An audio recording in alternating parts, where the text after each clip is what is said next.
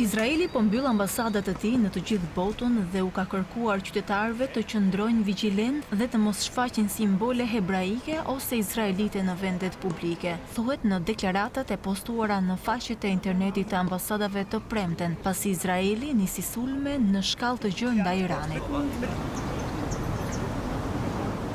Në deklarata thuhej se Izraeli nuk do të ofronte shërbime konsullore dhe u kërkoi qytetarëve të bashkëpunonin me shërbimet lokale të sigurisë nëse përballeshin me aktivitete armiqësore.